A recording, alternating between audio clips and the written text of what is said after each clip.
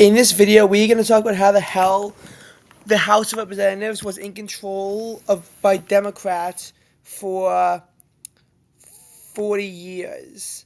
This was the last time until 1994 that the Republicans won the House of Representatives. Um, and, despite them controlling the majority of the presidency for, the next 4 decades after this, there was a reason as to why they never flipped it.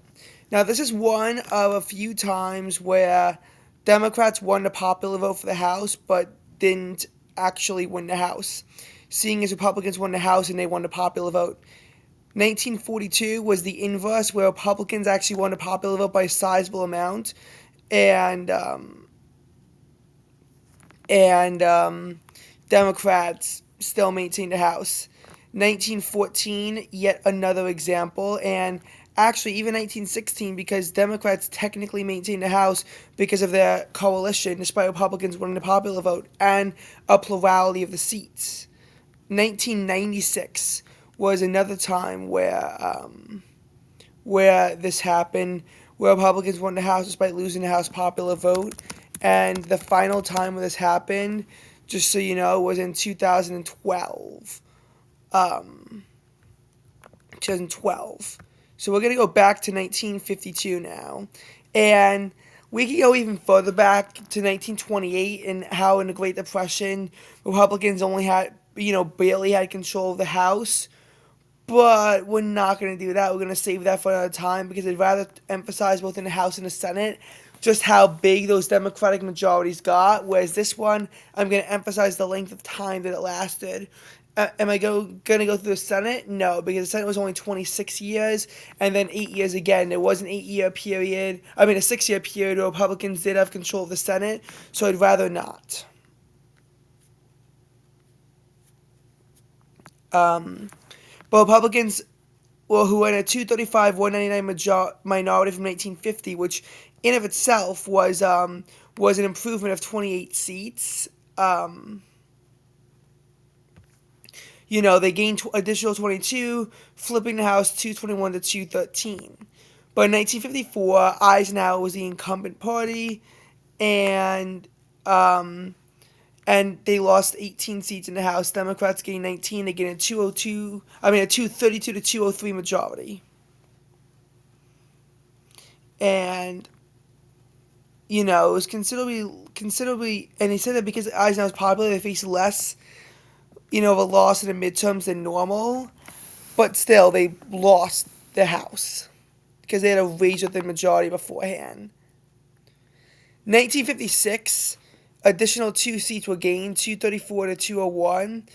Even though Eisenhower won the presidential election in a landslide, he did not have any co-tials, and as a result, you could still see what happened. 1958, though, this is really where the Democratic really large majority and really lengthy power comes in. They gain 49 seats, Republicans lose 48. It's a 283 to 153 majority for the Democratic Party. That's huge. It was one of the largest losses that the Republicans have had. It was just a very large loss. In 1960, Kennedy is elected president. The Republicans do gain 22 seats. Democrats lose 21. It is 262 to 175 now. But still, a very big loss of seats. A very big majority for the Democrats. Now, they thought there was going to be a very big loss of seats in 1962, and that there was a chance that Democrats could even lose the House. However, the resolution for the Cuban Missile Crisis led to a rebound in approval of Kennedy's approval rating, and as such, the majority for the Democrats only shrank to 259-176. Basically, when you balance it out, Republicans gained 2 seats net.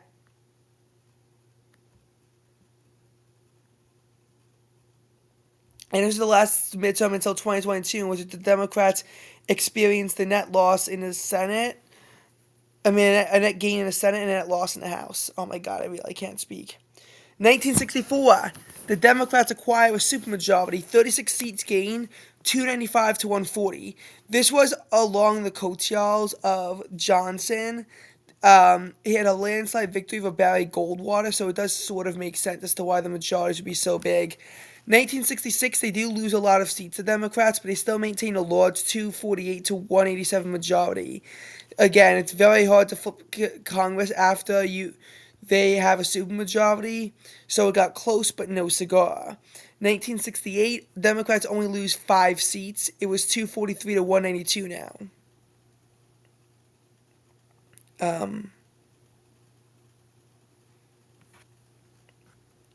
Now, as for 1970, this election saw Democrats gain 12 seats and Republicans lose 12 seats. 255 to 180 was what the Democrat majority was now. And in 1972, despite Nixon's big win, it only becomes a 242 to 192 majority. That's all it becomes. You know, they can't. The Republicans still can't flip it despite Nixon's landslide re-election. And I mean, when I say landslide, I really mean landslide. Only D.C. and Massachusetts wound up voting for a Republican. I mean, for a Democrat. And wow, I really can't speak today. And the tipping point state was 22 percentage points for Ohio. Nonetheless, does not equate to flipping the House. 74. The Watergate scandal allows Democrats to gain 49 seats as Republicans lose 48. It's a 291 to 144 supermajority at this point. Last time that the Democrats gained 45 or more seats in the House election, by the way. Again, a huge Democratic wave there. And in 1976, the Democrats only gained 1 seat, but they were already in such a large majority that it was still very disappointing. It was the last time anyone had a supermajority, and it was 292 to 143 in the House. 1978, Carter's president, so naturally the Democrats lose seats, but only 15 seats. And the result was a 277 to 157 majority for the Democratic Party.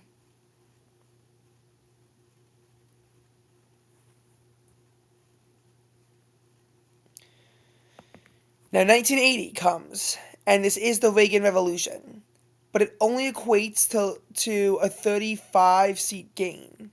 Actually, 34-seat gain because the independent became a Democrat, so effectively it was 243 to 191 with a conservative.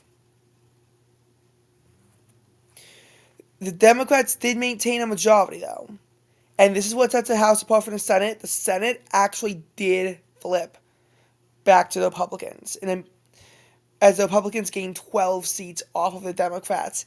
Before, the Democrats had a 58 to 41 majority, but now Republicans had a 53-46 majority.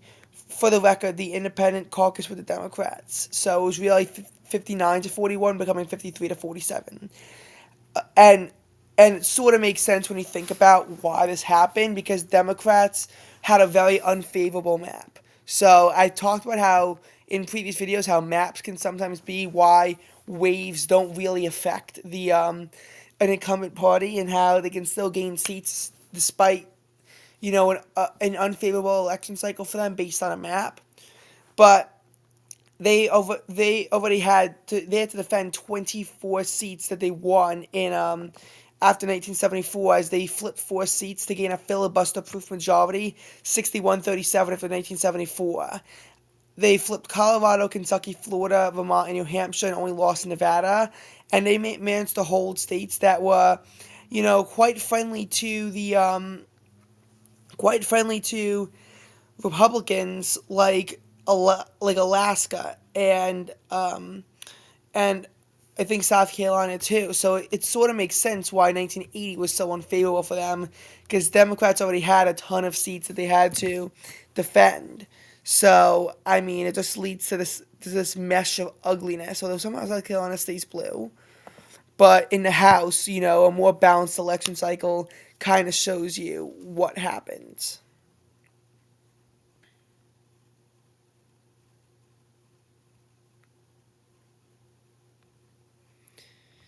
1982, Democrats make a huge gain. It's now 269 to 165 in the House.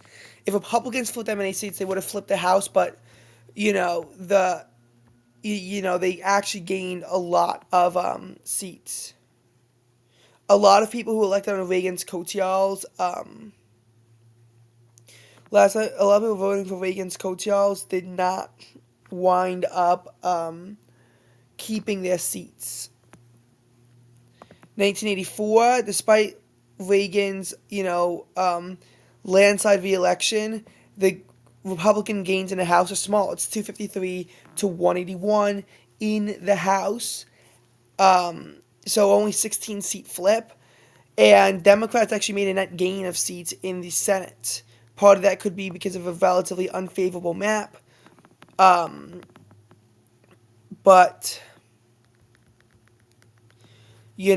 Republicans still maintain control of the Senate. By the way, 1986 was when a lot of the people who were first elected in Reagan's coattails suffered defeat. So Democrats regained the Senate majority in 1986.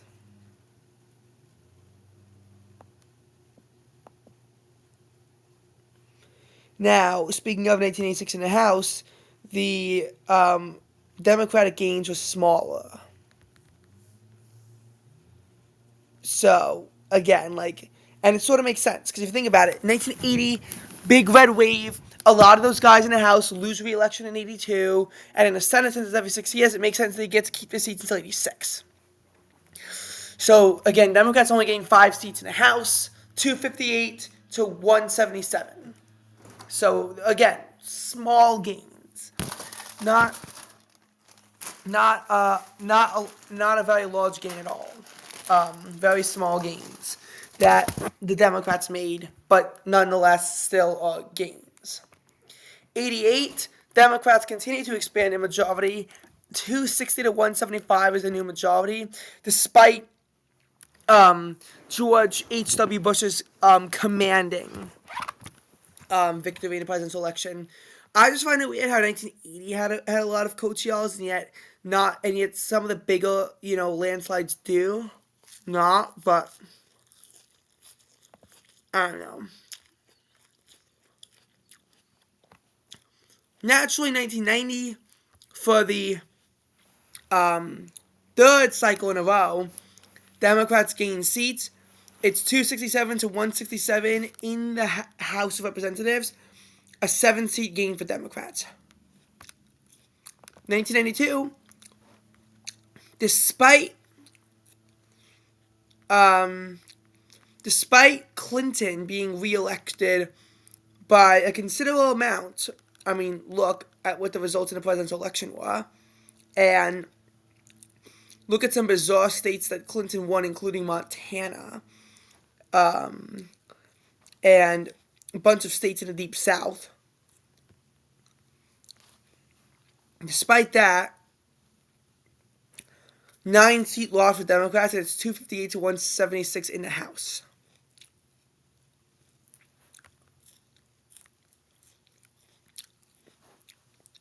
And then we have 1994.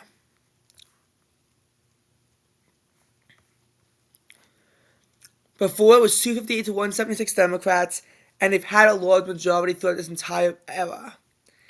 But a 54-seat swing makes it a 230 to 205 Republican majority. The Speaker of the House, Tom Foley, lost re-election in his district. The South finally had more Republicans than Democrats. I mean, what happened was crazy. And here's the thing. It was the largest seat gain for the Republican Party since they gained 55 seats in 1946 that flipped the chamber from a 242 to 191 Democratic majority to a 246 188 Republican majority. It was the largest gain for either party since 1948, when Democrats took back the House with a 75-seat flip. 263 to 171 was a new margin. Democrats had not only run the House for every year since 1955, but for all of 4 years since 1931.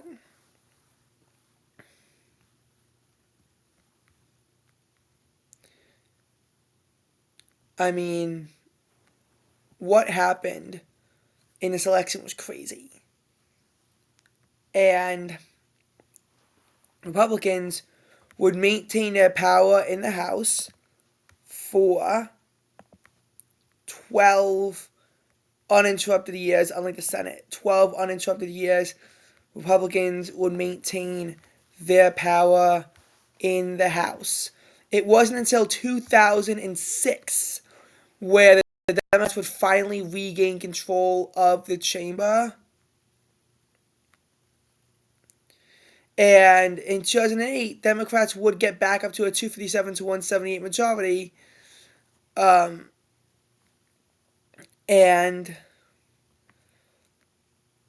you know, it was also the erased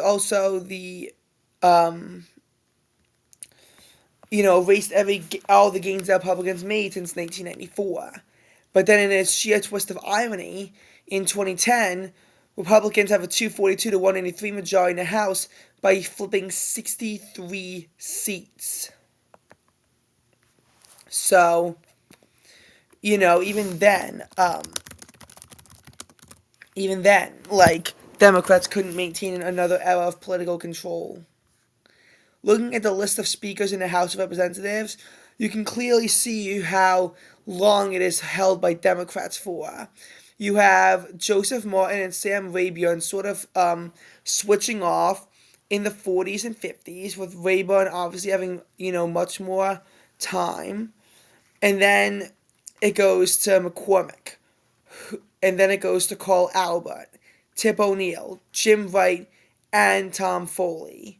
So, in a row, you have 6 Democratic speakers. And remember, speaker changes when the House flips. So to have 6 in a row is incredibly impressive. For the record, Republicans would only have 2 in a row before Democrats got it back, another 2 in a row before Democrats got it back, and another 2 in a row. Granted, some resignations and some removals altered those numbers. Even when Democrats had their really large majority, in the 40s, they only had 5 speakers in a row, and the speakers weren't in power for that long compared to, what the Democratic speakers were in this era. And again, there's been many eras. There's been periods where Republicans had an easier time. Like, starting in 1895, we had a Republican-controlled Congress for all but 8 years until the fateful 1930 elections, which changed everything.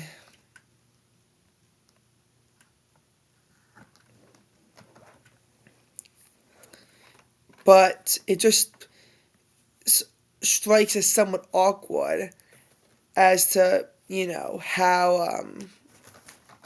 how long the House was able to be kept under Democratic control. Looking at some of the Jackson-Jude maps, they can sort of put it into emphasis, but the maps don't really do the justice to show how crazy it is, given how they only go to 1976. We can look at the Senate elections and sort of see, again, going back to 1960, how large the majorities have gotten at times, and, how long Democrats maintain their power. But it's tougher then, because then you have to adapt to the fact that Republicans did, for 6 years, have control of the Senate before they lost it again. It's just crazy. and I don't think it'll ever happen again, where a party controls any chamber of Congress for 40 years. Remember that the other time Republicans had it, it was only an era that lasted for 32 years. Uh, yeah, 32, or was it 36? And even then, Democrats had 8 years in between.